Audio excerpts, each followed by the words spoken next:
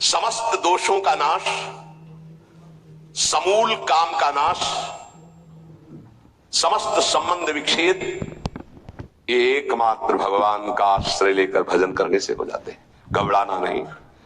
प्रार्थना है अपनी तरफ से, 1000 बार फिसल जाए तो 1001 बार भी हिम्मत रखें, पड़े ना रहें।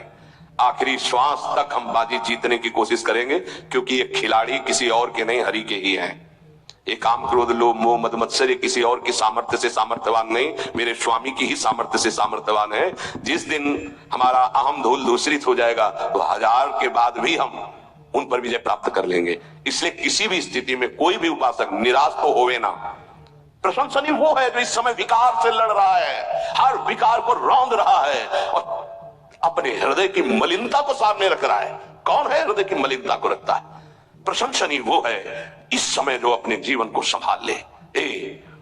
भगवान की असीम कृपा है उन उपासकों पर जो यौवन अवस्था को पवित्र करके चला रहे हैं। सातरति लोकांतारयति। आप प्रभु के लिए इतनी जलन सह रहे ना, वो बहुत कृपाल है, वो देख रहे, एक एक सेकंड का हिसाब होगा।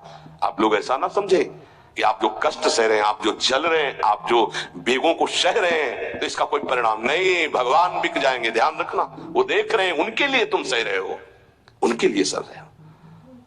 समस्त विषयों का आक्रमण साधकों के हृदय में, तो क्या जाने विषय पर, जो मनाया तो खा लिया, जो मनाया देख लिया, जो मनाया भोग लिया, जो मनाया सूंघ लिया। चलो एक साइड में आके देखो तो तुम्हें पता चलेगा।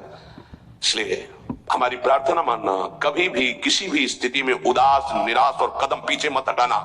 आखिरी श्वास तक योद्धा दुश्मन को परास्त करके विजय श्री की आशा रखता है। और हमारी आशा इसलिए पूरी होगी कि हमारे साथ प्रियालाल है।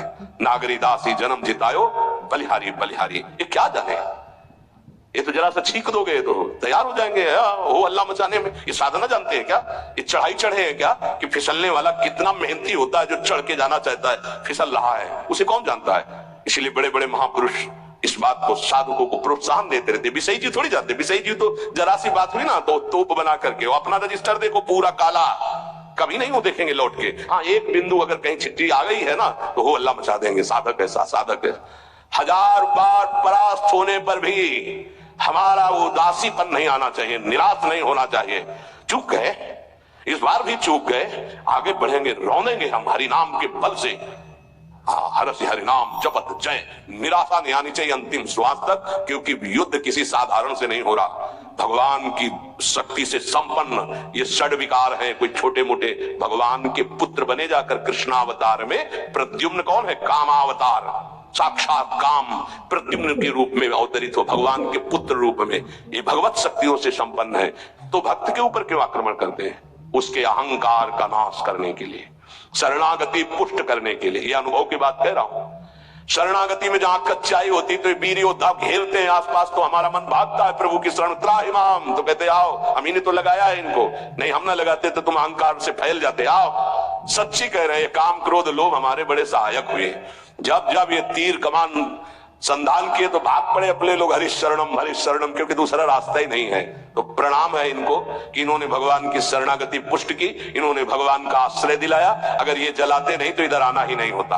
और ये भगवत शक्ति से संपन्न बच सकता है तो भगवत शक्ति संपन्न ही बच सकता है, दूसरे की सामर्थ्य नहीं। हजारों बार यदि हारेंगे तो हमारे अंदर कहीं अहंकार है, इसलिए नहीं। अहंकार रहित पर इनका कहीं किसी भी तरह का प्रभाव नहीं होता। तो अहंकार रहित करने के लिए भगवान इशारा कर देते। देखो प्रश्न करके, तो क्या भगवान भ्रष्ट कराते हो? कहते नामे भक्ता प्रणश्यति, किसी भी स्थिति में मेरे भक्त का नाश नहीं होता।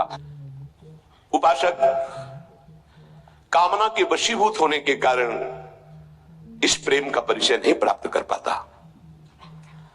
ना चाहते हुए भी ये काम पापाचरण करा ही देता है। अर्जुन ने प्रश्न किया था, ये कौन है जो ना चाहने पर भी बलात् जबरदस्ती पाप करा देता है? तो भगवान ने कहा, वो काम है, वो क्रोध है। ये रजोगुण से प्रकट होता है, राग से, और ये महापापी है, अर्थात महापाप कराने वाला है।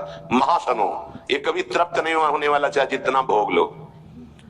ना चाहने वाली बात ऊपरी है और चाहने वाली बात हृदय की है।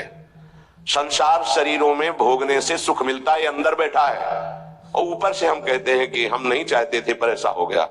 नहीं, अगर ये बात अंदर बैठ जाए कि हमें नहीं चाहिए, ये झूठे सुख तो फिर कोई परास्त नहीं कर सकता। तो बोले जानकारी होने पर भी प्रयोग क्यों नहीं हो पाता? वस्तु, व्यक्ति, क्रिया, स्थान, इससे जो हम सुख चाहते हैं उसे काम कहते हैं।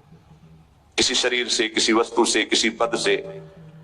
इस काम में शब्द तो एक है पर इसके दोष अनंत हैं। शब्द है काम और अनंत पापाचरण कराने की इसमें सामर्थ्य है। काम में इसमें अनंत विकार भरे हुए हैं। जब तक मनुष्य के भीतर ये बात बनी रहती है कि शरीर भोग से, वस्तु भोग से, पद भोग से हम सुखी हो जाएंगे, तो ये काम पाप ही कराता रहता है।